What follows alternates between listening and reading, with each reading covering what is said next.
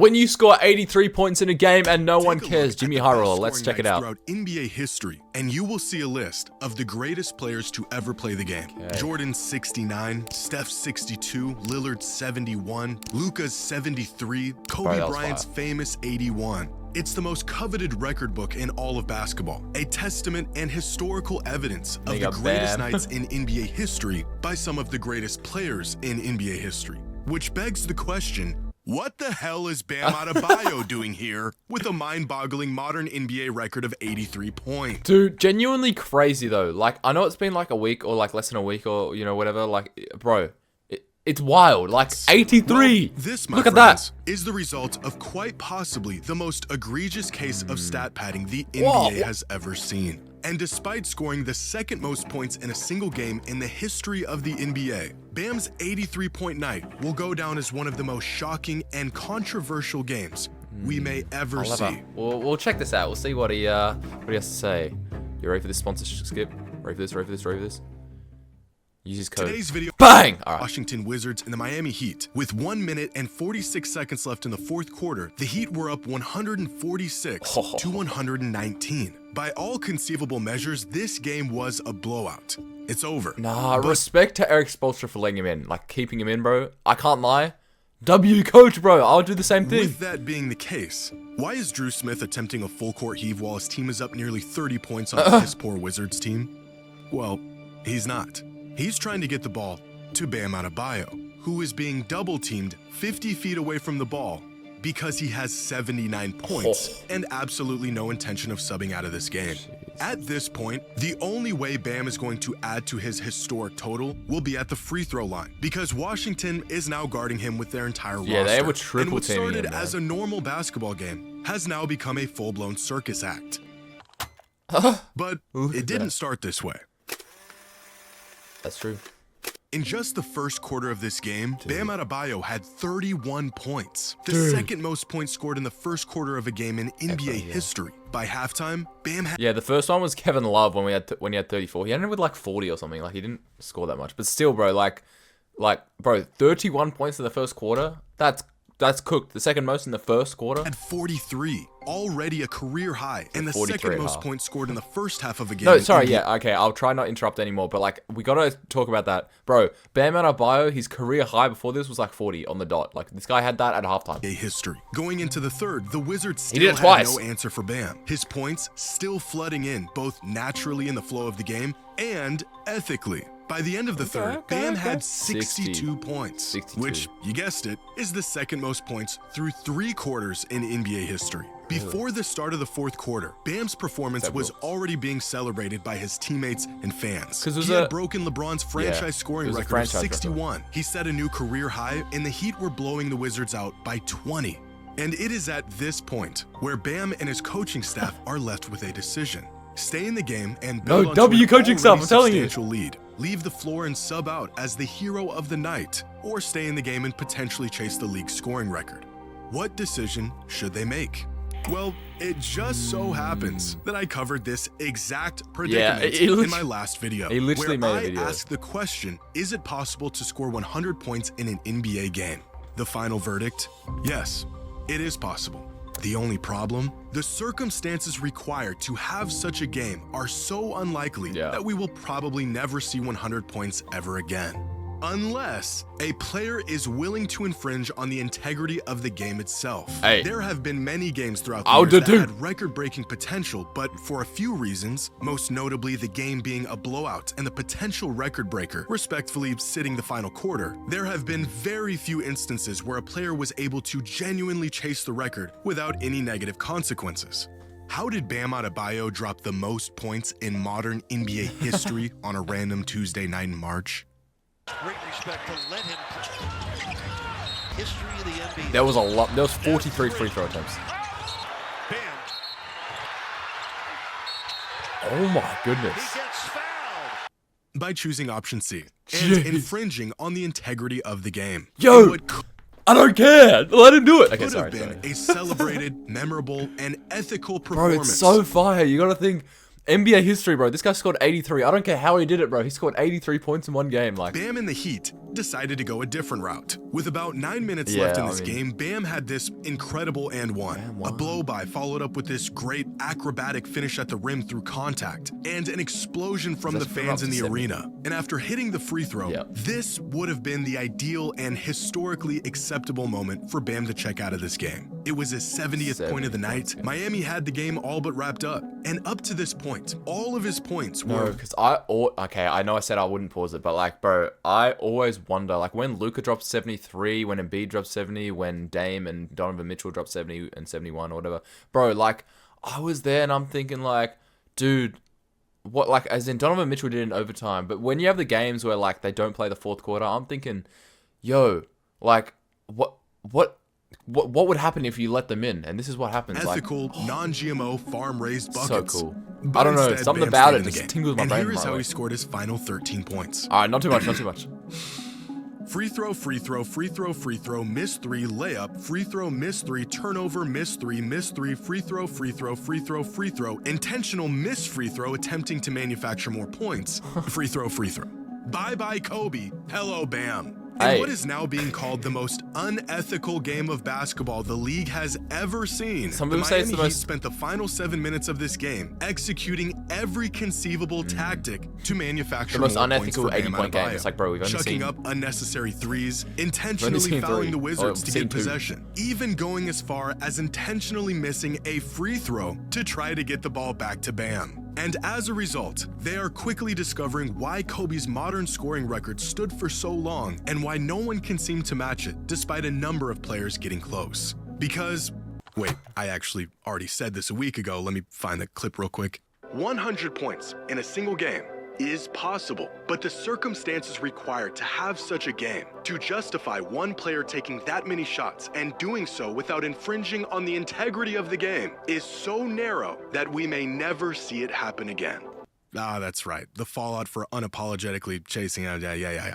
This is truly a definitive and timeless paradox of big performances. Historic nights like this have become less about can a player pull it off and more about do the circumstances require a player to pull it off, in which case the circumstances virtually never do. This performance from Bam is not only proof of that, but it is evidence of what we all have known to be the truth. There are many players around the league right now who could go for 80, 90, maybe even 100 points on the right night. I wonder If they who set could. their mind to it, Like if if- them and their team game plan Wemby. for it, if it is their sole focus for 48 Luka, minutes, yeah. if the Washington Wizards are on their schedule. But even attempting something like this would require a player to break the unwritten rules of basketball. And that clearly Yeah, that's another thing. Look at his field goal. It was 20 to 43, 20 out of 43, like less than 50%. But you got to understand, like, well, made free throws, he had the record, and attempted free throws, he had the record. I guess that makes sense. But, like, he was so efficient until the second half, let's say last quarter or isn't whatever. worth like, the backlash of possibly pulling it off. It isn't worth it. So what were the fruits of Bam's labor? The second most points in a single game in NBA history, the most free throw attempts in a single game, second most points in a Last time I single paused it. game. That's a lie. I definitely will. I want to see this. So, David Thompson. Oh, wow. Yeah, 73. That's cool. Okay, so Luka has now the fifth most. Then, oh my goodness. That's cool. Game in man. That's NBA history, the most free throw attempts in a single game in NBA history, by far the most free throws made in a game in NBA history, and the fifth most three-pointers attempted in a game.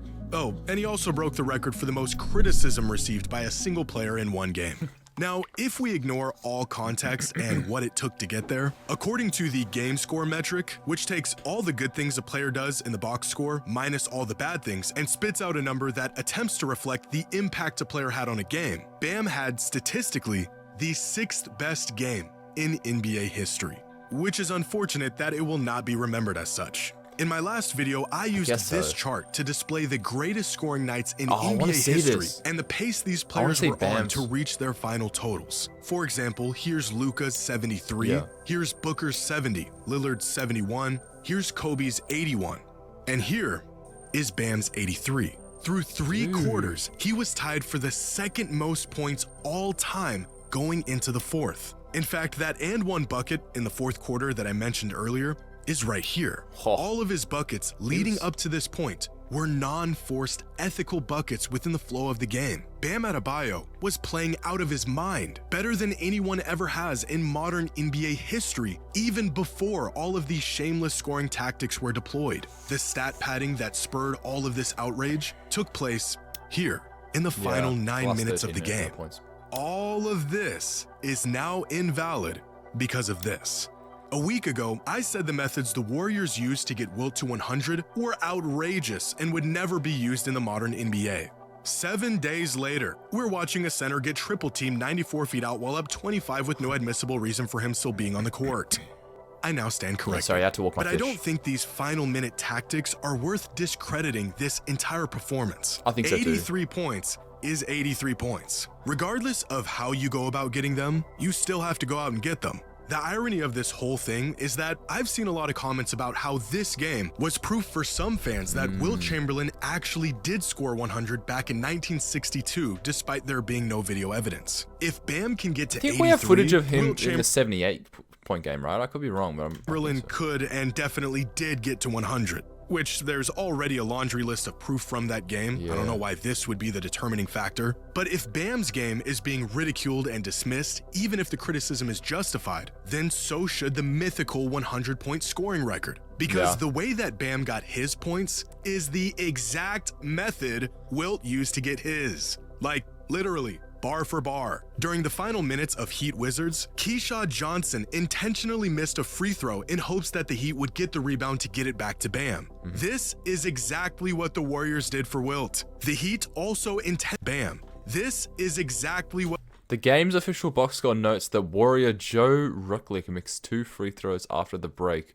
Rucklick said he planned to miss the second free throw in hopes that Chamberlain might rebound it to get 102 points. What the Warriors did for Wilt. The Heat also intentionally fouled while holding an insurmountable lead to get the ball back faster. The Warriors did the same exact thing to get Wilt to 100. If Bam's 83 points is invalid because of these tactics, then for that same reason, so is Wilt's 100. Not only did the 2 biggest scoring nights in NBA history deploy the most gimmicky, shameless tactics to pull it off, this is quite possibly the only way to pull it off. The only difference between Bam's 83 and Wilt's 100 is video cameras and an angry mob of critics online. That's true. Now, to be completely honest, I was thrilled to finally see a coach allow his player to chase a record and have himself a night that most players could only dream of. You want to know how many games I've watched that were spoiled by an early sub? A player being punished for giving too much belt to the opposing team. A 3-point party cut short because they were playing too good. Potential record shut down because it wouldn't be in good taste. If this is what it takes to make up for all the times I had to watch Steve Kerr pull a player from a game on the verge of a league record,